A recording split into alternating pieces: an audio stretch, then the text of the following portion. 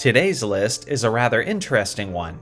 I believe that I am objectively correct about this list, and there is no way I could possibly be wrong, simply because it's all based on personal preference.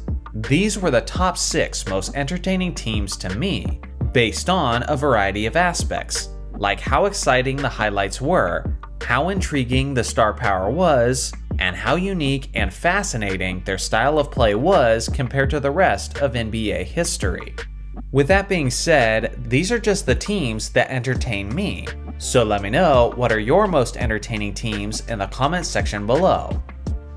Number 6, the 2016 Golden State Warriors. To many people, the entertainment value of this squad hasn't aged as gracefully, because nowadays many people are exhausted by the rapid inflation of three-point shooting. I will say this though, I personally will never forget how mesmerizing the Warriors style and execution was back when I was seeing it in the 15-16 season. Steph was making over 400 three-pointers in a single season, at a time when no one else had even made 300. He was hitting shots from 30 feet and beyond with regularity and with a level of efficiency that we had never seen before in the history of the game. On top of that, the second best shooter in the entire league was his teammate. Seeing their ball movement, the way they spread the floor, and the way they dominated the game with their perimeter shooting is something that the fans and analysts never thought was possible before they came along. Add on the fact that Draymond Green was a wild card of drama, and add on the fact that Steve Kerr was their head coach, which meant that he had a unique perspective in the comparisons between the 96 Bulls and the 16 Warriors, and what you had was a recipe for some must-see basketball. Number 5, the Lob City SuperSonics. If the Chicago Bulls dynasty was the hottest ticket in the 1990s, then the Payton and Kemp Sonics were not far behind. Back then, the Seattle crowd always had an electric and energetic atmosphere, and much of that was influenced by the product on the court. That Seattle team loved to run the fast break, and with Gary Payton at the helm, you had one of the best facilitators and, more importantly, one of the best lob passers that the game of basketball had ever seen. On the receiving end was none other than Shawn Kemp, one of the most athletic and thunderous finishers that I've ever seen. It wasn't just their highlights though, but it was also their personalities. Gary Payton and Shawn Kemp were competitive showmen that had an energy level that matched their exuberant home crowd.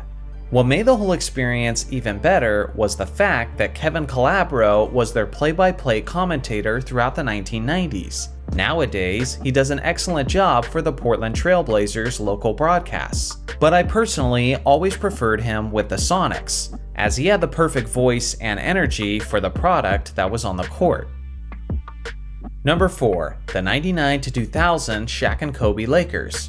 Now this personal choice has a lot to do with the uniqueness of this team. Phil Jackson was running the triangle offense, and in this system, Shaquille O'Neal was operating as its centerpiece.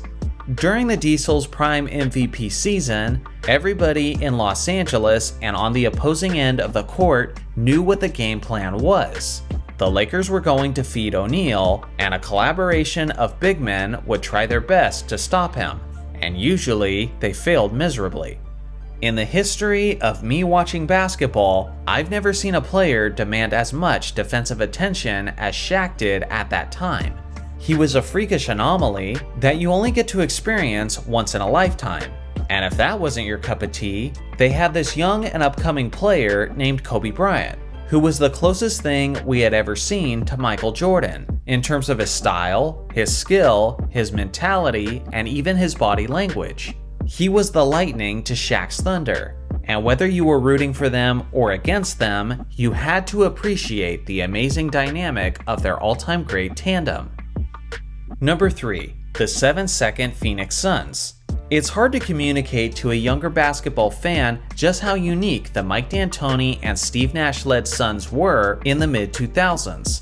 You never hear them say it, but it appeared as if their mindset was that the best defense was double the offense. The tempo was always at a blistering speed, as they believed that the highest quality shot was the one that was taken within the first 7 seconds of the possession. The concept was way ahead of its time, but today it's completely normal in the modern NBA. In that era, they were basically the only team that was pulling up for transition threes basically every other play. It was a foreign concept, and many close-minded analysts claimed that an NBA team could never win a championship with that approach. Although that was true specifically in the case of this Suns team, that playstyle and approach would go on to win championships in the future. You had Steve Nash delivering mesmerizing passes like a basketball magician. You had the Matrix finishing in transition. You had Amari Stoudemire absolutely posterizing defenders out of the pick and roll. And you had an array of three-point snipers from one of the most offensively talented teams of that era. It was a joy to watch. Number 2, the 2014 San Antonio Spurs. This one probably isn't the most surprising pick, as the 13-14 Spurs are frequently documented as one of the most beautiful and intelligent brands of basketball of all time. The team's IQ was off the charts, as Greg Popovich was at the height of his coaching abilities, and basketball veterans like Tony Parker, Tim Duncan, Manu Ginobili, and Boris Diaw, the execution was nearly flawless. Basically, every single player on that team was always looking to make the extra pass, as defenses were often struggling to keep up. It was the perfect blend of fundamentals, discipline, and analytics. Although most hardcore basketball fans appreciate this team today, it's a bit unfortunate that they weren't a bit more appreciated back then, as the quote boring Spurs narrative was something that was still lingering amongst the casual fans. But for hardcore basketball fans like myself that absolutely love seeing the game played the right way with a fluent and selfless style, this Spurs team was the standard of excellence. Number 1, the Showtime Lakers. Now before you jump into the comments foaming at the mouth calling me biased, let me confirm for you, I am totally biased. I grew up watching this Lakers team over and over again on my dad's VHS tapes, and they were one of the major catalysts that led me to fall in love with the game of basketball. Sure, I look at these Showtime Lakers with rose-tinted glasses, but I think I'm still correct when I say that I haven't seen another team like them in the years since. Thanks to the brilliant split decision making of Magic Johnson, this Lakers team used to treat basketball games like a track meet. Typically, teams will run a fast break when they have the numbers advantage, but Los Angeles didn't even need that. They would simply grab the rebound and immediately push the tempo without a second thought, because they believed they could execute better when the pace was high, and better than the defense could defend it. With guys like James Worthy and Byron Scott as running mates, Magic was constantly delivering no-look passes for crowd-igniting slams. The stars were on the court, the stars were in the crowd, and the game's greatest showman, with his exuberant character, put on the greatest show in basketball. And if, for some reason, that exhilarating pace of play wasn't working, they would simply dump the ball down in the post to the captain, and let him go to work with the most indefensible shot in basketball history, the skyhook. Their impact on the league is still felt to this day, as people continuously refer to transition highlights as Showtime. So what do you guys think? These are the teams that I enjoyed watching the most throughout the years. What are yours? I look forward to hearing your suggestions in the comments section below.